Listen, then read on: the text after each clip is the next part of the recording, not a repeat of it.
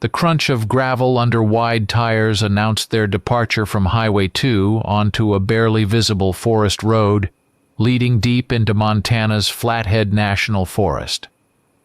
The lead vehicle, a dark gray Ford F-150 Raptor, was driven by John Cap Davis. Following close behind was a black Jeep Wrangler Rubicon, with Ben Heavy Carter at the wheel. 3 others were split between the trucks. Michael Andy Anderson rode shotgun with Cap, while David Quiet Dave Miles and Frank Doc Miller shared the Jeep with Carter. The 5 men, all former soldiers from a U.S. Army Special Forces unit known as the Green Berets, were here for their annual hunting trip, a tradition forged after leaving the service. The air filtering through the cracked windows carried the scent of pine needles and damp earth, heralding their immersion into the wilderness.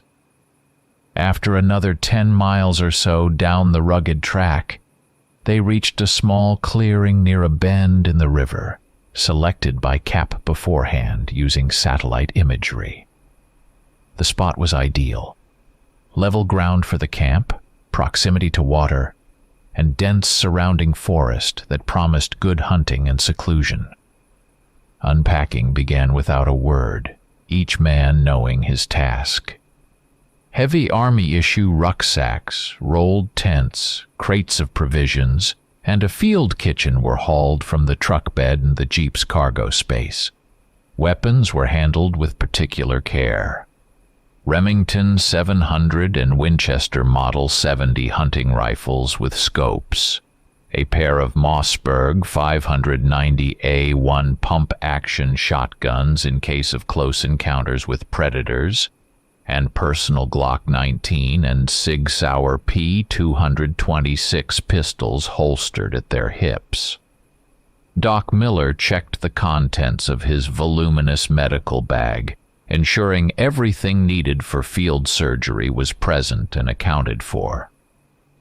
Cap retrieved a Thuraya satellite phone from its case, their only link to the outside world in this wilderness, and checked the signal.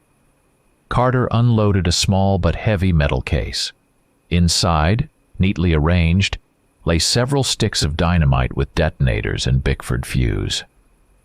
Just in case, he grunted in response to Doc's questioning glance. An old Army habit. Always have a tool on hand for unforeseen problems, whether a fallen tree blocking a road or the need for some quick fishing.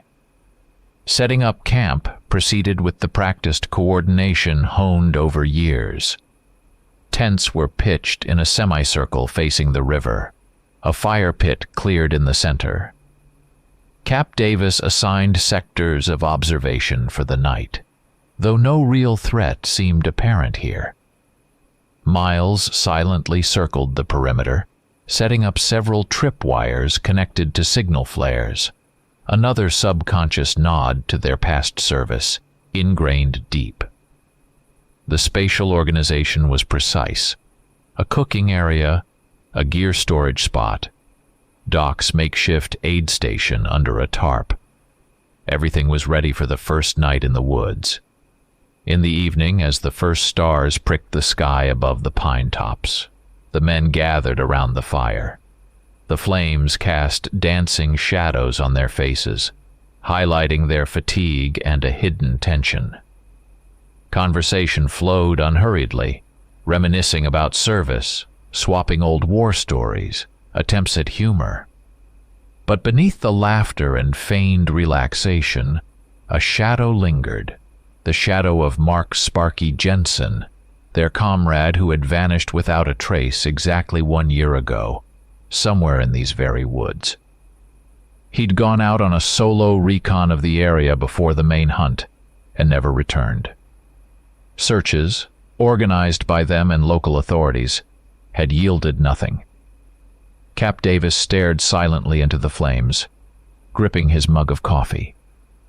He remembered his last conversation with Sparky, his excited anticipation of the trip. Guilt, dull and persistent, sat heavy within him. He had been their leader. He was responsible for his men, even now, in retirement. They had an unspoken agreement. If they stumbled upon any clues related to Mark's disappearance during this hunt, they would investigate. Despite the appearance of camaraderie and relaxation, the air was thick with the unsaid. Each man carried his own baggage. Memories of combat, loss, hard decisions. Post-traumatic stress disorder, hidden beneath layers of composure and self-control, was their shared invisible companion. The surrounding forest seemed calm, but in the silence, one could almost hear the faint hum of their own internal storms. In the morning after breakfast, Cap held a short briefing, spreading a topographic map of the area on the ground. Target is elk, preferably a large bull. If we get lucky with a mountain lion tag, great. Grizzlies we avoid, no tags, and not an encounter we want anyway. He outlined 2 routes on the map. Carter, Doc, you head east, try to drive game towards us. Andy, Miles, and I will go northeast, set up an intercept position here by this ridge. He pointed to a spot on the map. Radio check-ins every hour. Rendezvous back here by evening unless we flush something earlier. Davis's group set out shortly after dawn. David Miles moved point, his movements fluid and almost silent. He moved unhurriedly, scanning the ground, bushes, trees, reading the forest like a familiar text. Cap and Andy followed at a short distance, communicating mostly through hand signals as they'd been trained. The air was cool and crisp. Sunlight struggled to penetrate the dense canopy overhead. Miles paused occasionally, pointing out fresh deer tracks, coyote scat, checking the wind by wetting a finger and holding it up. A couple of miles in, Miles froze, stooping over the ground at the base of an old fir. He pointed to paw prints in the soft soil. They resembled wolf tracks, but were significantly larger and pressed deeper, as if the creature that made them possessed considerable weight. Cap came over and examined the tracks. Big wolf probably, or the ground soft, made the print spread, Cap guessed in a low voice. Miles said nothing, just straightened slowly, his face impassive as usual, but something new flickered in his gaze. A deep concentration. He cast one more look at the tracks before moving on. Following the route Cap had laid out, Davis's group crossed a small stream and began ascending the slope of a low ridge. The forest thinned here, revealing rock outcroppings and moss-covered boulders. David Miles, still in the lead, stopped abruptly and crouched, raising a hand to halt them. He pointed to the ground ahead. Fresh tracks of a large cat were clearly imprinted on the damp earth. Miles silently gestured. Mountain lion, passed recently, moving along the slope. This was a stroke of luck. Cap quickly assessed the situation. About 50 yards ahead, a convenient rock ledge offered a good view of a narrow trail winding between trees and rocks. A perfect spot for an ambush. They moved silently into position. Miles took the left flank, concealed behind a large boulder, his Winchester resting on the stone, ready. Cap took the center, behind a low, rocky crest. Andy Anderson positioned himself to the right, near the edge of the outcrop, resting his Remington 700 against a tree trunk. He was slightly more exposed, but had a better view of the trail approach from below. All 3 blended into the terrain, their camouflage clothing and stillness rendering them nearly invisible. Silence fell, broken only by the rustle of leaves in the wind and the distant cry of a bird. Tension mounted with each passing minute. They waited. Attention riveted on the trail. every rustle, every shadow potentially heralding the animal's arrival. The wait lasted perhaps 20 minutes. Then something utterly unexpected happened. It wasn't the sleek, stalking mountain lion that emerged onto the trail, but something else entirely. From the dense undergrowth to the right of the path, about 30 yards away, a creature burst forth. It was dark, massive, vaguely resembling a very large wolf, but its proportions were wrong, unnaturally powerful. Its head seemed too large, its shoulders bunched beneath short, coarse fur. The creature's eyes glowed with a dull reddish light, even in the daytime. It moved with incredible blurred speed, not stalking, but charging straight at them, ignoring the path, crashing through bushes. Its target was Andy Anderson, positioned closest to its trajectory. It all happened in a heartbeat or two. Andy didn't even have time to raise his rifle to his shoulder. The creature slammed into him with the force of a battering ram, knocking him off his feet onto the rocky ground at the edge of the outcrop. A short cry of pain escaped him. The monster clamped its jaws onto Andy's right forearm. In the same instant, Cap Davis and David Miles opened fire. The roar of their rifles shattered the forest quiet. Bullets from the .30, .06, and .308 Winchester slammed into the creature's flank and back. It flinched violently, letting out a low, guttural growl unlike any animal sound they knew. Then, with an incredible leap, it sprang away from Andy and vanished back into the dense thicket from which it had emerged.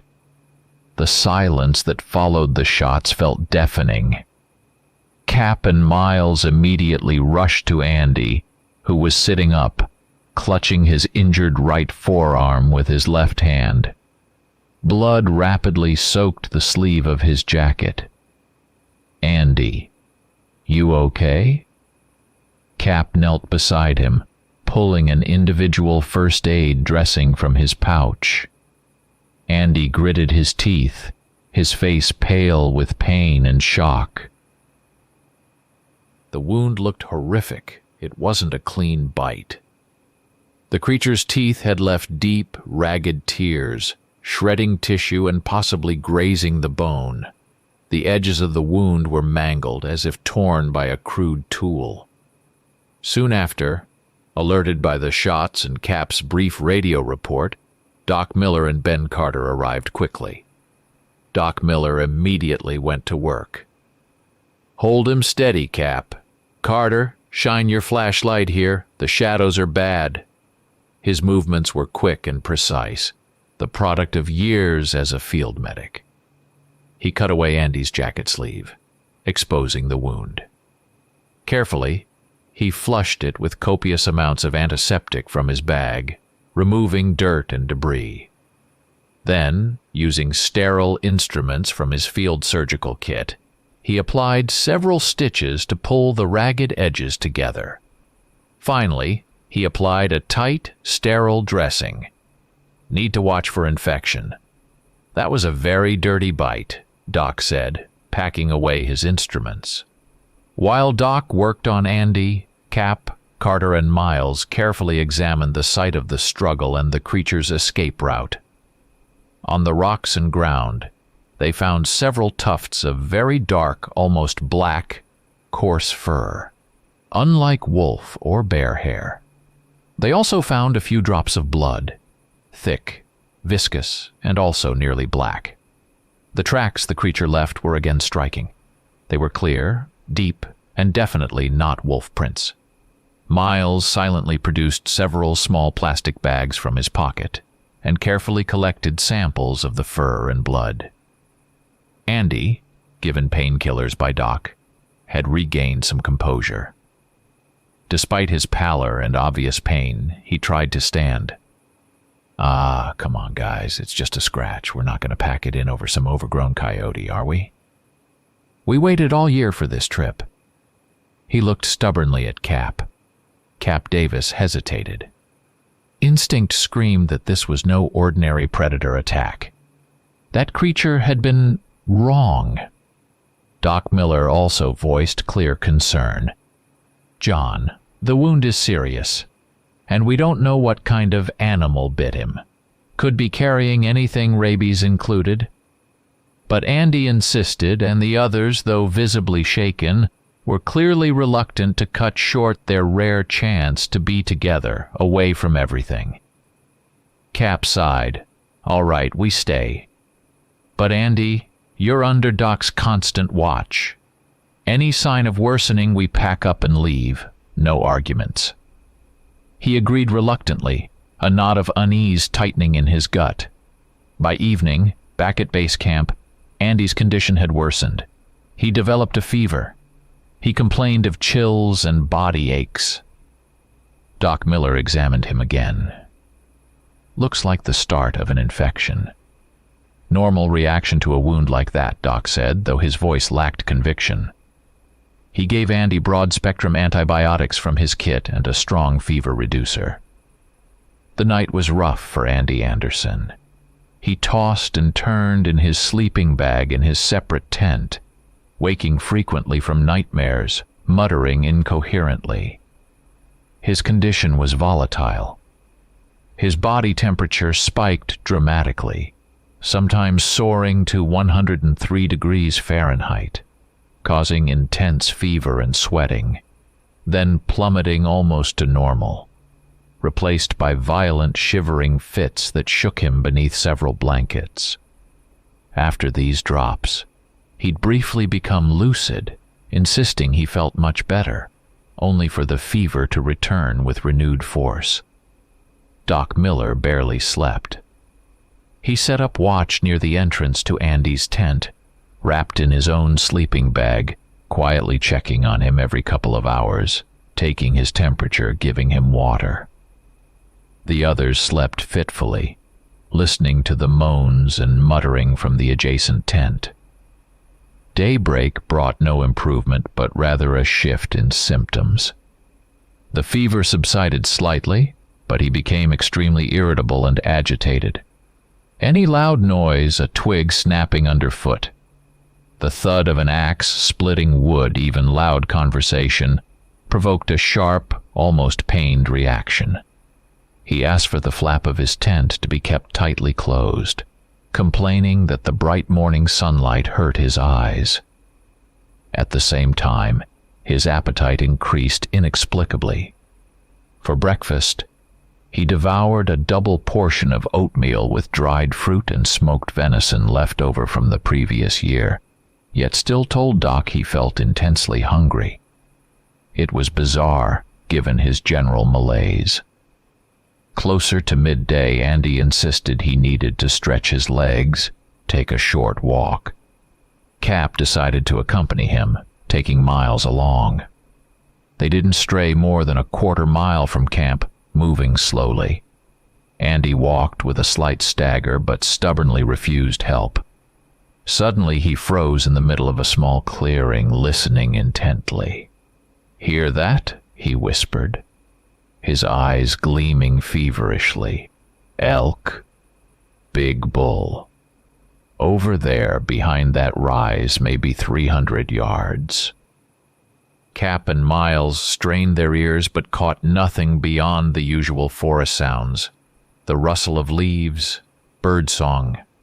They exchanged glances. Cap shrugged, mentally attributing it to fever-induced auditory hallucinations. However, out of sheer curiosity and partly to distract Andy, they decided to check. Circling the rise, after about half an hour of unhurried walking, they indeed came upon fresh tracks of a large bull elk, leading exactly in the direction Andy had indicated. This stirred a mix of surprise and growing unease in Cap. Miles, as always, remained impassive, but his gaze seemed even more watchful. While Cap and Miles were out with Andy, Ben Carter and Doc Miller decided to check the camp perimeter, primarily the tripwires Miles had set. About half a mile south of the camp, in dense brush, Carter stumbled upon a gruesome discovery. It was the carcass of a fox. The animal had been torn apart with incredible, unmotivated brutality. The head was ripped off and lay several feet from the body. The chest and abdomen were slashed open, entrails scattered across the ground in a radius of several yards. It bore no resemblance to the work of a normal predator. Wolf, mountain lion, or bear. Those kill for food. This felt like blind fury. Carter called Doc over. He examined the remains and shook his head. Whatever did this wasn't hungry, he muttered. The discovery so close to camp amplified the general sense of unease. Returning to camp, Carter reported his find to Cap. Cap Davis listened, frowning. He then pulled Doc Miller aside for a private conversation. "Frank, what's your take on all this?" "Andy, his condition, that fox." Doc rubbed his chin. "Andy's symptoms are atypical. Irritability, photosensitivity, heightened senses, that weird appetite. Could be some unusual form of infection from the bite. Maybe a variant of rabies, but with a very rapid incubation period and strange manifestations. Or something else we don't know." Cap nodded. "Rabies? That's bad, very bad. We need to step up observation on him. And maybe it's time to think about packing out." Doc agreed. But events overtook their decision. Deep in the night, Cap woke to a faint noise outside his tent. He cautiously opened the flap and saw Andy's dark figure slipping silently out of his own tent and melting into the forest darkness.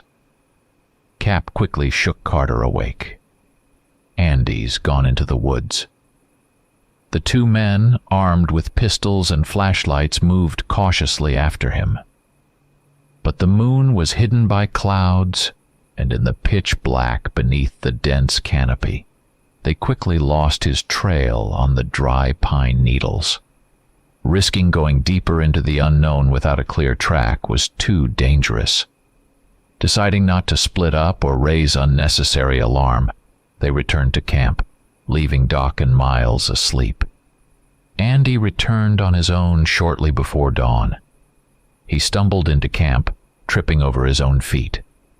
His clothes were torn in several places, his hands and face smeared with fresh blood and caked on dirt.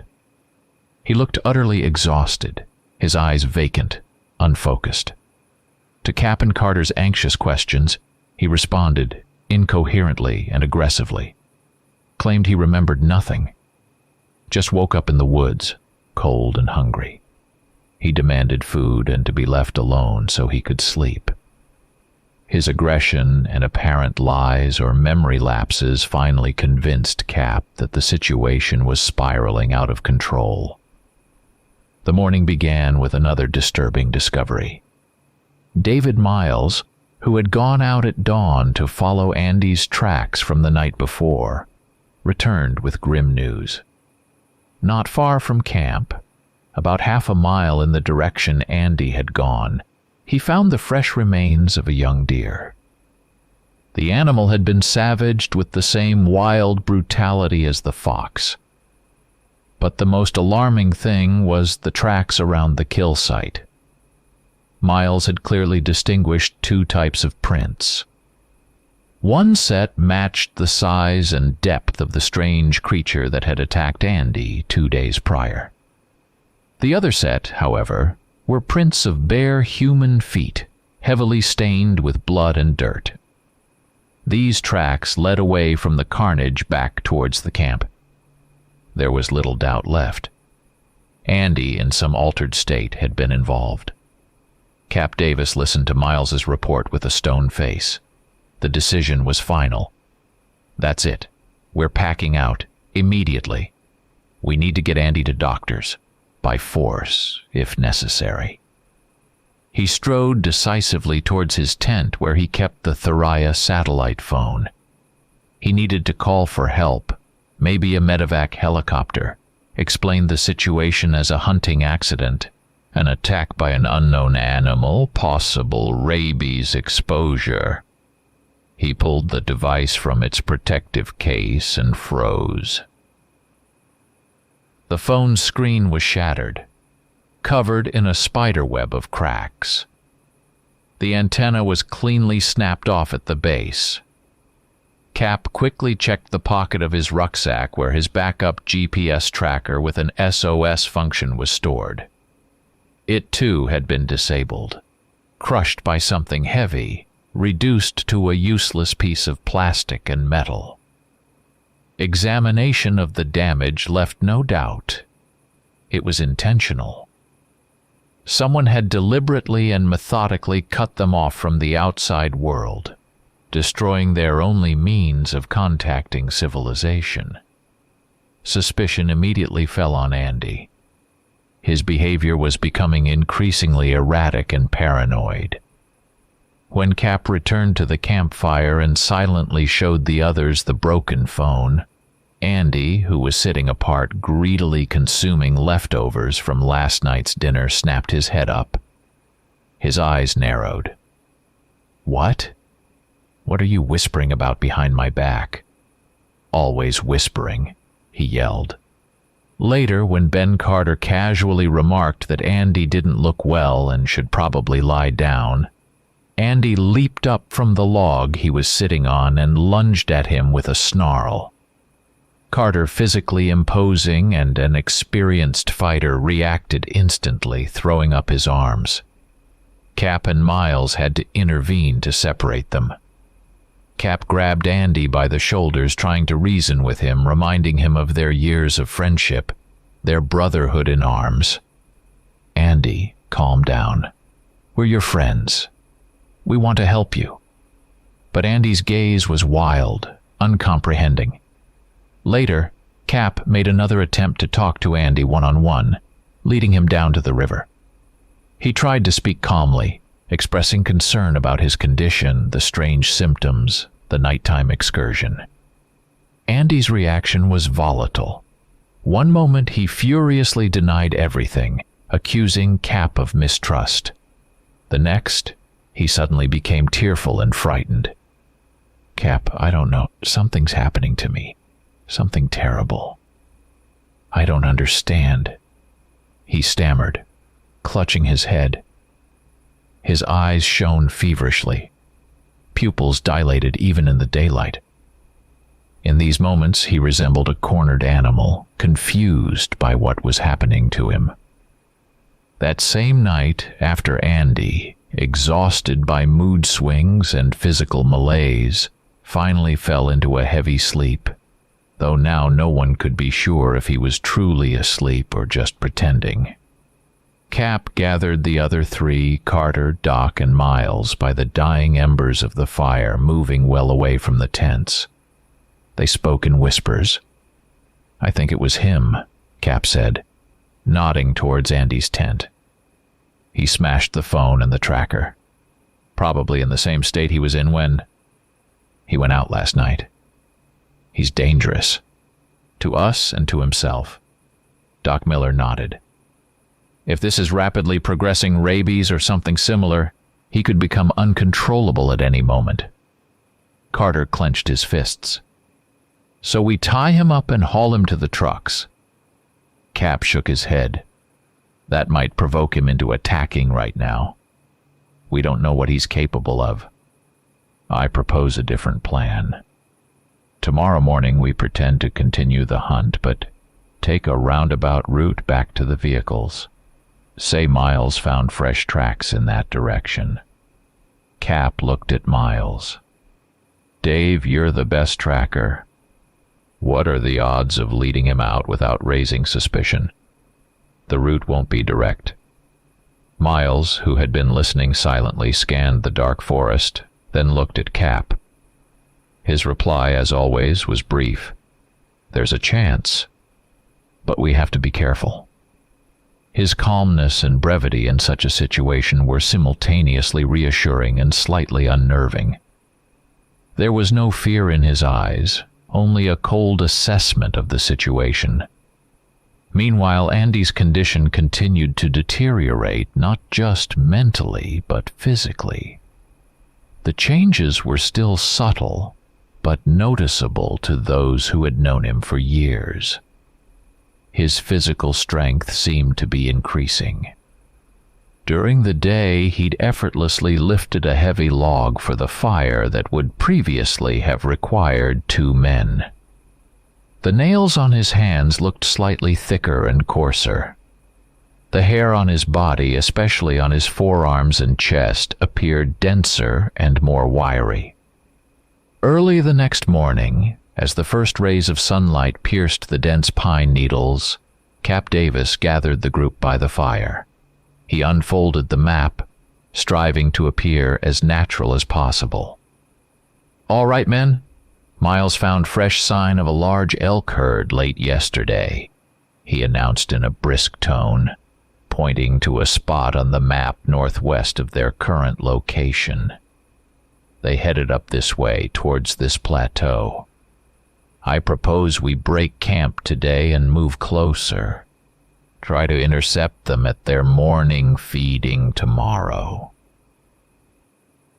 He deliberately chose a direction that, after several loops and detours around supposedly difficult terrain, should gradually lead them back towards the clearing where the vehicles were parked.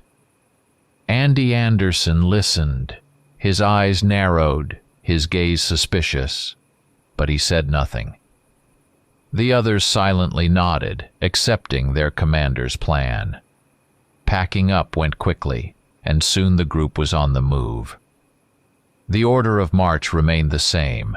Miles on point, then Cap, Andy in the middle, with Doc Miller and Ben Carter bringing up the rear.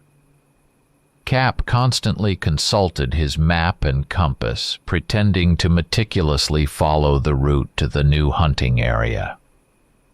Miles played his part flawlessly, pausing occasionally to point out fictional or old tracks that supposedly confirmed they were heading the right way. However, traveling with Andy proved extremely difficult. His condition continued to fluctuate. Periods of almost feverish activity, where he walked rapidly, seemingly tireless and outpacing the others, alternated with abrupt halts. He might freeze mid-trail, listening intently to forest sounds no one else could discern, or turning his head to sniff the air like an animal. Then he might suddenly complain of exhaustion, demand an immediate break, sitting right down on the ground and refusing to move.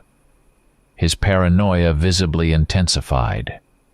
He cast increasingly frequent sidelong, suspicious glances at the map in Cap's hands, at the faces of his companions walking nearby. Several times he directly questioned them, his voice tight with mistrust.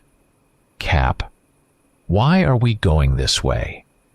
I saw fresh deer sign heading completely the other direction, south." Or, "Miles, you sure those are elk tracks? Looked like old moose prints to me." Cap, Miles, and the others had to constantly improvise, inventing plausible explanations. They cited shifting wind directions that could supposedly throw off the scent, the need to detour around a swampy area not marked on the map, or steep, rocky sections best avoided. Each explanation seemed only to deepen Andy's suspicion. During one of the breaks forced by Andy's demands, an incident occurred that nearly erupted into open conflict. Doc Miller was pouring hot bouillon from a thermos into mugs. When he offered a mug to Andy, Andy suddenly recoiled, his eyes flashing with fury. "What did you slip in there? I saw you put something in it," he yelled, jumping to his feet and kicking over his own pot of half-eaten oatmeal. Bouillon splashed onto the ground. Andy took a step towards Doc, fists clenched. Ben Carter and Cap instantly stepped between him and the medic. "Andy, stop it. Nobody put anything in your drink. It's just bouillon," Cap said firmly, looking him straight in the eye. Tension hung heavy and thick in the air. Miles, sitting slightly apart on a rock, watched the scene calmly, his right hand resting on the handle of the large hunting knife sheathed at his belt. After several tense seconds, Andy slowly lowered his fists, but his breathing remained heavy, his gaze filled with mistrust and malice. Cap managed to calm him down, again appealing to their past, to trust, to the need to stick together. But the incident left a heavy pall over everyone. It was clear Andy was teetering on the edge. By the evening of the second day of this deceptive march, the physical changes in Andy's appearance had become even more apparent to a careful observer.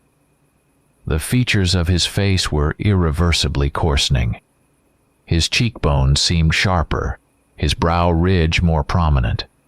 His gaze had become almost entirely feral, devoid of its former human awareness.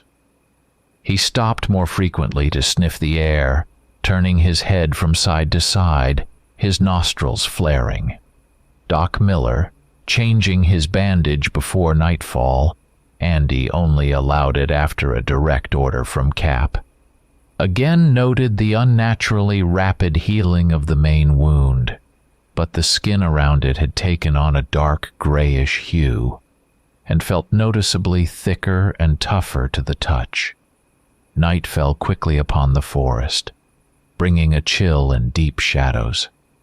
This time, the sky was clear, and a full moon bathed the clearing where the group made camp in cold, silvery light. They had settled in a small rock amphitheater that offered some protection from the rear.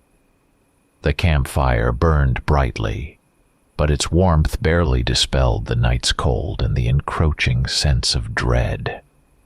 Andy sat apart from the others, at the base of the rock face, hugging his knees. He rocked back and forth, moaning softly. As the moon reached its zenith, his condition deteriorated sharply. The moans turned into low growls. He clutched his head, his body beginning to arch, racked by violent convulsions. The others scrambled to their feet, instinctively reaching for their weapons, but froze in place, paralyzed by horror and disbelief at the spectacle unfolding before them. Before their eyes, Andy Anderson began to change. It was an agonizing, unnatural transformation. An awful cracking sound filled the air as his bones broke and reshaped themselves. His shoulders broadened, his spine contorted, his body swelled, ripping through his clothes. Thick, dark fur erupted through the fabric, rapidly covering his entire form. His face elongated, jaws lengthening into a bestial muzzle. Teeth grew into long, sharp fangs. Fingers twisted, nails thickened and sharpened into claws. The entire process was accompanied by a continuous, soul-shattering roar of pain and fury that echoed off the rocks. After several minutes that felt like an eternity, the transformation was complete. Standing before them was a huge, muscular, bipedal creature that only vaguely resembled a man. It was covered in thick, dark brown fur, its head wolf-like but larger and more massive, with eyes burning with that same reddish light. The creature breathed heavily, saliva dripping from its fangs. It let out a deafening roar filled with primal fury and, without a second's hesitation, lunged at the nearest man, Ben Carter. Carter, the most experienced sergeant after Cap, reacted instantly. He leaped aside a split second before the monster's claws slashed the air where he'd been standing. Simultaneously, he brought up his Mossberg 590A1 shotgun and fired almost point blank. A load of heavy buckshot slammed into the werewolf's chest. The monster staggered, roaring in pain, but didn't fall. Chaos erupted. The camp became a battlefield. The veterans, despite their shock, tried to act cohesively, drawing on their combat experience. But their opponent wasn't just a monster. It was Andy, their friend, their brother-in-arms. That knowledge hampered their actions, making them hesitate to shoot to kill. Cap yelled orders, trying to organize a defense. Fire! Aim for the legs. Don't let it get close. They fired rifles and shotguns. Bullets struck home, leaving bloody marks on the werewolf's hide, but its vitality seemed incredible. Its hide was surprisingly tough, concealing immense physical power beneath. The monster moved with astonishing speed and agility, hurling heavy rucksacks and gear crates like children's toys, shredding tents with its claws, scattering stacked firewood. They used the terrain features, taking cover behind thick tree trunks and large boulders at the edge of the clearing. They tried to lure it into narrow passages between rocks to limit its maneuverability. Doc, medkit ready. Carter, suppression fire. Miles, try a flanking maneuver. Cap coordinated, firing his own Remington 700. During one furious assault, as Doc Miller tried to dash towards Carter, whom the werewolf had grazed on the arm with its claws, the monster spun and swiped with a massive paw. Sharp claws raked Doc across his left leg from knee to ankle. The wound was deep. It missed the artery, but blood flowed freely, quickly soaking his pants leg. Doc cried out in pain and scrambled behind the nearest tree, trying to apply a tourniquet while simultaneously firing his Sig Sauer P-226 pistol. The situation was becoming desperate. Conventional weapons merely wounded the monster but couldn't stop it. At that moment, Cap remembered the dynamite Carter had brought, just in case. "Carter, cover me." "Dynamite," Cap yelled. While Carter laid down intensive fire with his shotgun, forcing the werewolf back a few steps, Cap dashed to the gear crate, snatched a stick of dynamite with a short length of Bickford fuse and a detonator. He quickly lit the fuse with a lighter and, with a powerful throw, hurled the charge under the werewolf's feet as it lunged forward again. A deafening explosion rocked the clearing. The shockwave knocked everyone off their feet. Smoke and dust filled the air. The werewolf was thrown backward, crashing heavily to the ground several yards from the blast site. It was alive but clearly stunned and wounded by fragments of rock and wood. It struggled to rise, growling and shaking its head. Seizing the beast's brief confusion, Cap, Carter, and Miles, though dazed themselves, surged forward. Miles, displaying incredible agility, managed to loop a length of strong rope around the monster's hind legs and yanked it tight. Carter threw his full weight onto the werewolf's torso, pinning it to the ground. Cap pressed the muzzle of his rifle against its temple. Werewolf Andy snarled ferociously, thrashing and trying to break free. But the blast, his wounds, and the combined efforts of the three men had drained his strength. He was immobilized, grievously wounded, bleeding profusely, but still a threat. Blood streamed darkly from its fur, mixing with the dust and earth. Its breathing was ragged, guttural. It seemed to be in agony, on the verge of death. The moonlight illuminated its mangled form. Slowly, very slowly, the monster's features seemed to soften, almost recede. The muzzle grew slightly shorter, the fangs less prominent. The body appeared to contract somewhat, partially reverting towards human proportions, though the thick fur and claws remained. The survivors, Cap Davis, Ben Carter, and the injured Doc Miller, leaning on his rifle, stood over him.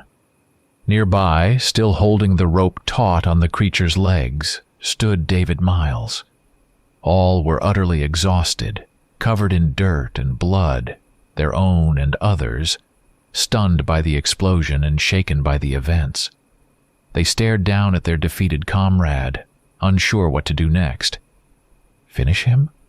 Try to help? Doc Miller instinctively touched his wounded leg. The deep scratches from the werewolf's claws throbbed with a dull ache. The risk of infection, or worse, was palpable. At that moment, David Miles, the quietest and most unassuming member of the group, suddenly released the rope and took a step back from the downed Andy. He straightened up. Cap, Carter, and Doc turned towards him, expecting some comment or suggestion. But what they saw froze them in place for the second time that horrific night. Quiet Dave's eyes flared with a bright, inhuman yellow light, like a predator's eyes caught in headlights, and he began to change. His transformation was strikingly different from the agonizing ordeal they had witnessed with Andy. It was incredibly fast, fluid, almost silent, and seemingly under complete control. He didn't scream in pain or writhe in convulsions. There was only a soft, muffled cracking, as if bones were effortlessly slotting into new positions. His clothes didn't rip. They seemed to dissolve or retract into the growing gray fur that instantly covered his body. His face reshaped into a predatory muzzle, but its features were leaner, sharper than Andy's transformed state. Within 10 or 15 seconds, another werewolf stood before the stunned men. This one was slightly smaller and leaner than the transformed Andy, its fur a silvery gray in the moonlight. But the most astonishing thing was its eyes. They burned with the same yellow light, but held a cold, calculating intelligence. Cap, Carter, and Doc stood thunderstruck.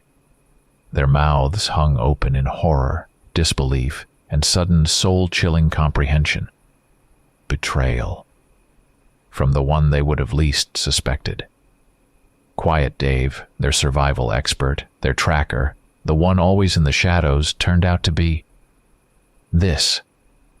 None of them, even in their wildest speculations after Andy's attack, could have conceived of Miles. No shadow of doubt had ever fallen on him. It was a gut punch, shattering the remnants of their familiar world. They instinctively raised their weapons again, aiming their barrels at this new, even more terrifying threat. An intelligent, cunning alpha werewolf who had emerged from their own ranks.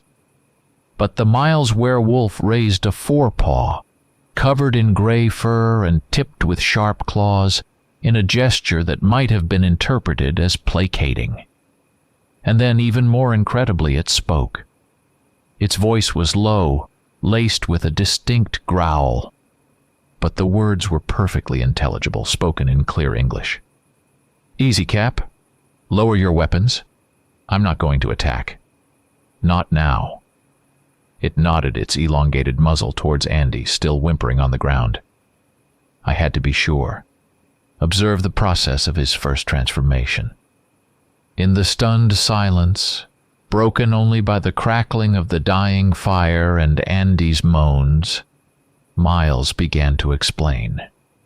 He confessed he had been a werewolf for several years. The infection occurred during one of their classified operations somewhere in the mountains of Afghanistan. They had encountered something ancient and inexplicable there, and he was the sole survivor of that patrol, returning, not entirely human.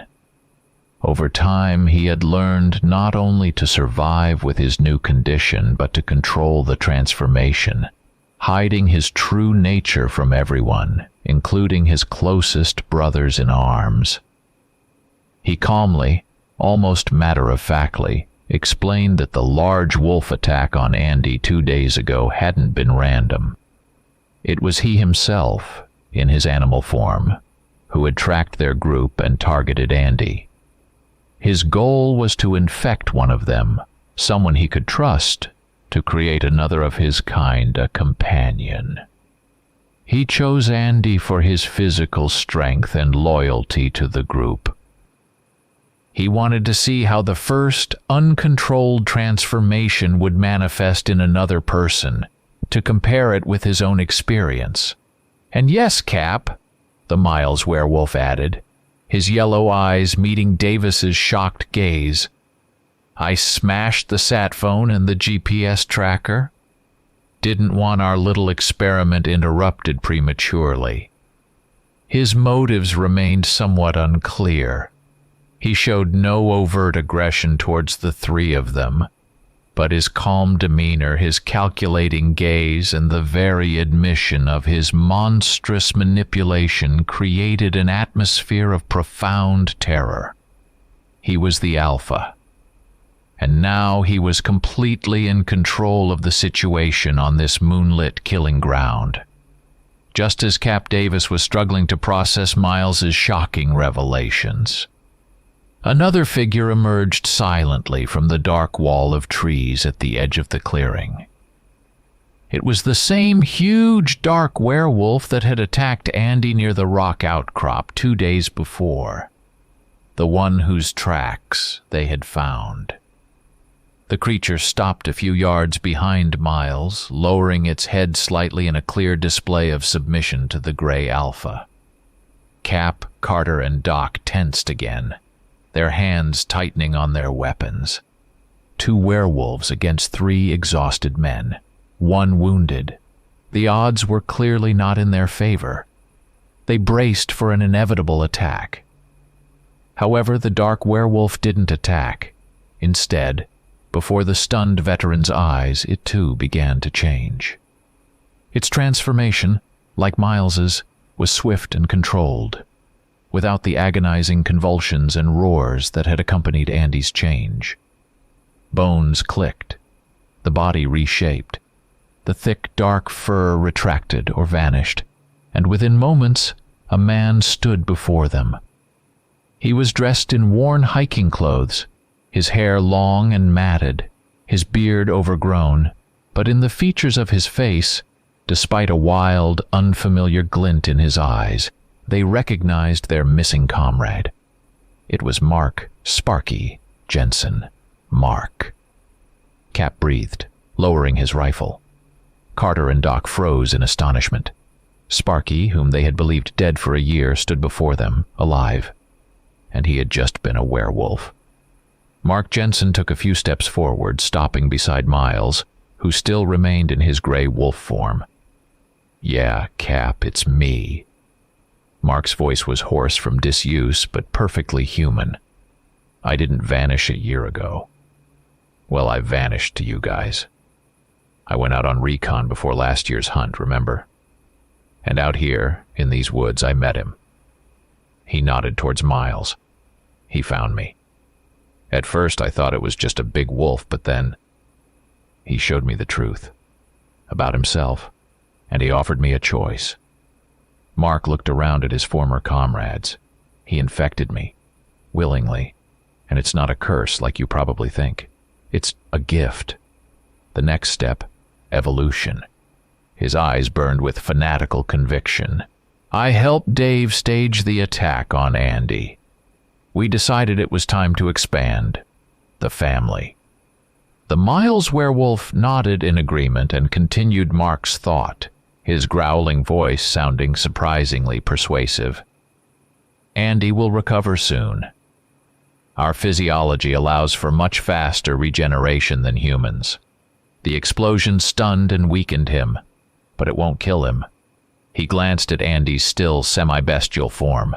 "He'll need time and guidance to learn to control the change like Mark and I have. He'll become one of us, strong, confident. I won't abandon him, Cap. He's still our brother in arms." Miles spoke of the incredible strength that came with the transformation, of senses heightened to an unbelievable degree. Hearing, sight, smell. of freedom from human frailties, from the pain of memory, from the PTSD that had haunted all of them, one way or another, after their service. Think about it, Miles continued. Our unit, our brotherhood. We went through hell and back together. This world, he gestured with a paw towards distant civilization, wrote us off, left us alone with our scars, physical and mental. But here we can be whole again. Strong. A true clan. A pack. He looked directly at Cap, then Carter, then Doc. I'm offering you the chance to join us, to become like us, to preserve our brotherhood, but elevate it to a new level.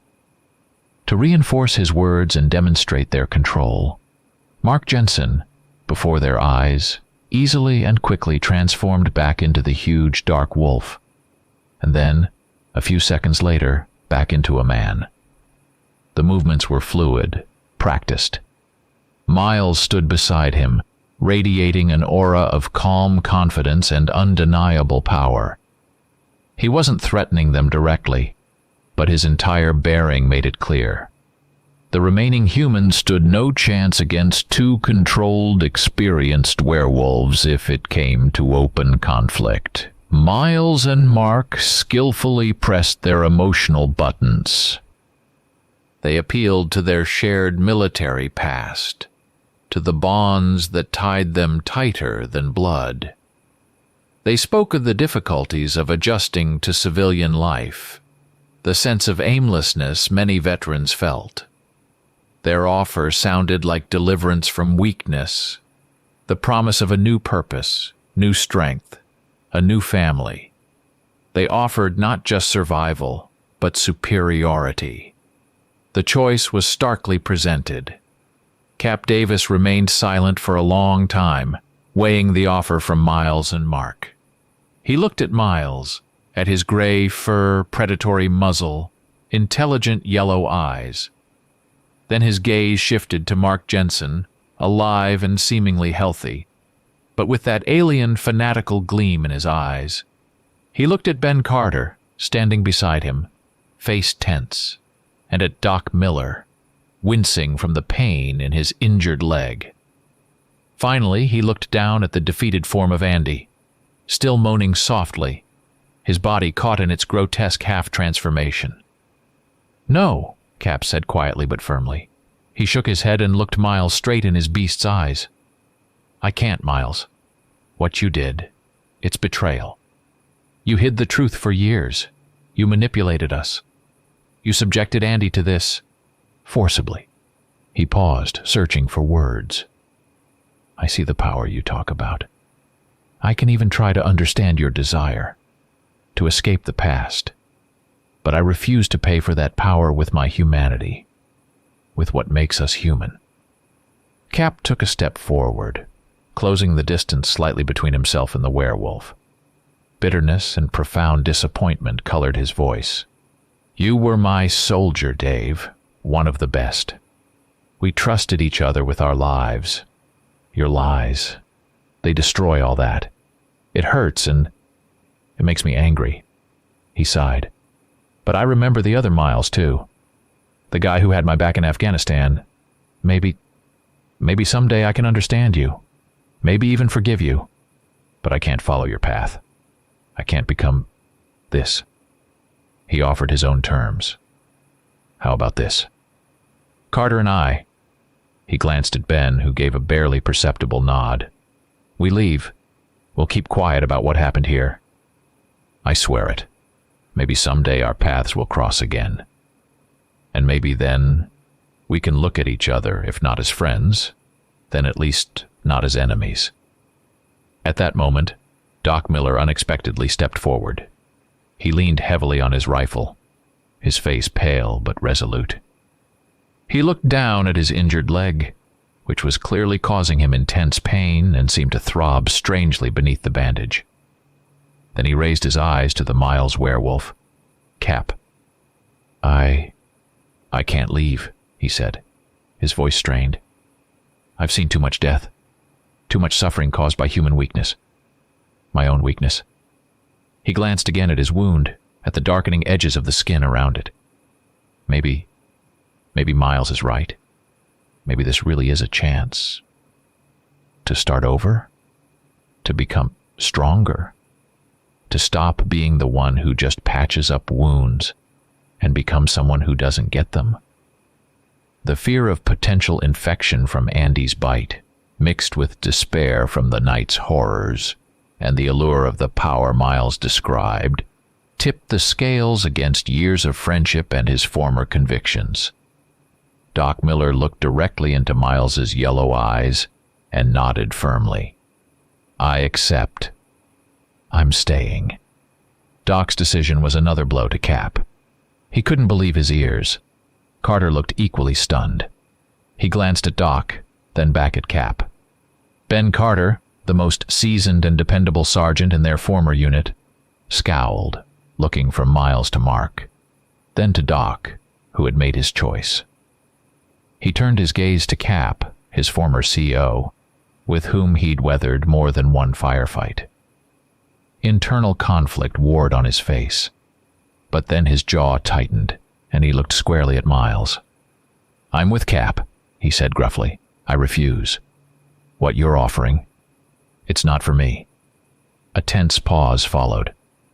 The situation was deadlocked.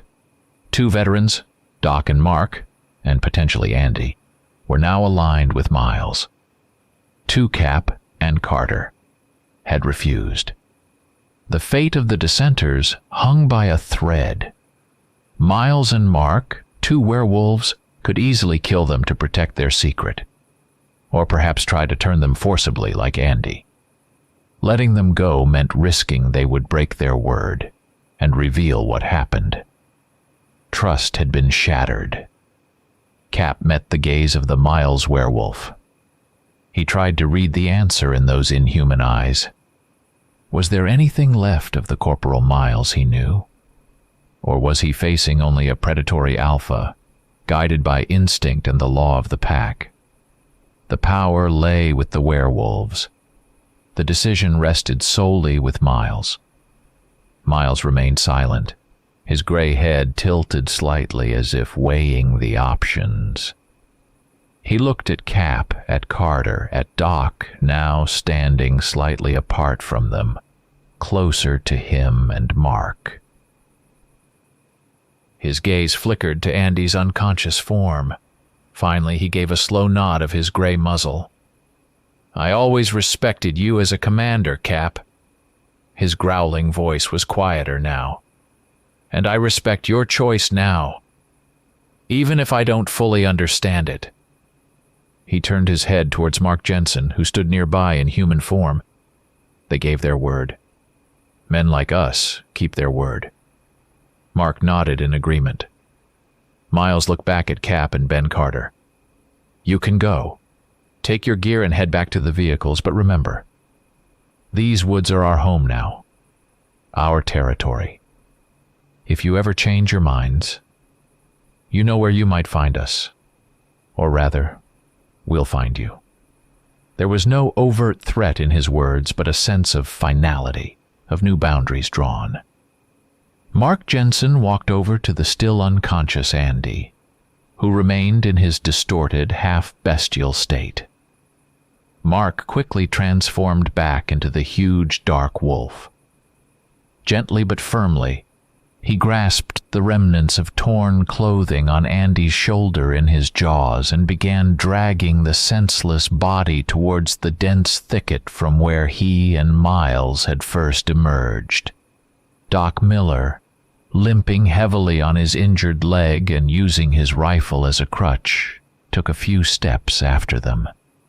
He paused at the boundary between light and shadow, turned back, and looked at Cap. His gaze held a mixture of regret, fear, and a strange, newfound resolve. Then he turned away and hobbled into the darkness after Miles, who, casting one last long look at Cap, also headed into the forest, melting into the trees. Cap and Carter stood alone in the clearing, watching their former comrades disappear into the night's gloom. The silence felt deafening after the chaos and revelations. But just as Miles and Doc's figures were almost swallowed by the trees, Ben Carter suddenly called out, "Miles, Doc, wait up." He took several quick steps forward, stopping halfway between Cap and the forest edge. He turned back to Cap, agonizing indecision etched on his face. "Cap, I'm sorry," he said gruffly, not meeting his eyes. "But I got nobody out there. No wife, no kids, parents long gone, friends, besides you guys. Never really had any." He glanced around the wrecked campsite, then peered into the darkness where the others had gone. "This life, after the army, it's chewed me up. Just emptiness." He raised his head and looked at Cap with a mixture of desperation and hope. "If there's a chance to be something else, something strong, to not be alone anymore, to be part of something, I'm going with you too." Miles and Doc paused at the tree line. The Miles werewolf turned its head. It looked at Carter, then at Cap, then back at Carter. Something akin to a satisfied smirk flickered across its bestial features. He gave a slow nod. "Welcome to the pack, Ben," his voice rumbled. He made an inviting gesture with his paw. Carter hesitated for a heartbeat, cast a brief, apologetic glance at Cap, then turned decisively and strode quickly towards Miles and Doc. Miles placed a heavy gray paw on Carter's shoulder, and the three of them, the werewolf, the wounded medic, and the former heavy weapons specialist, vanished into the impenetrable darkness of the forest. Cap Davis was left alone. Utterly alone in the middle of the wrecked campsite, bathed in the cold light of the waning moon. Around him lay the remnants of their gear, shredded tents, the signs of struggle and blood, the blood of his comrades who had become monsters and his own, mingled with theirs. He had lost almost his entire team in a single night.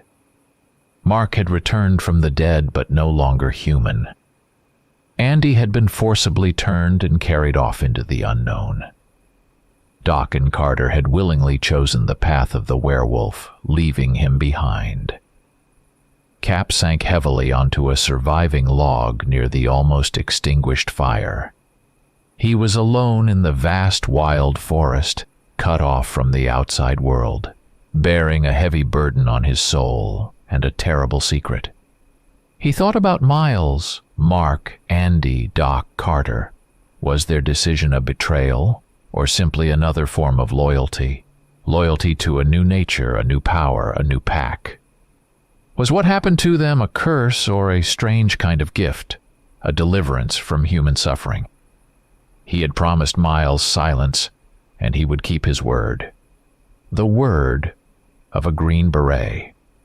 But how could he live with this knowledge? With the memory of who they had been, and the reality of what they had become? The first hints of dawn began to color the sky above the tops of the giant pines and firs. Cap Davis pushed himself to his feet. His body ached from bruises and exhaustion, but he had to move. A long, perilous journey back to civilization lay ahead of him, alone.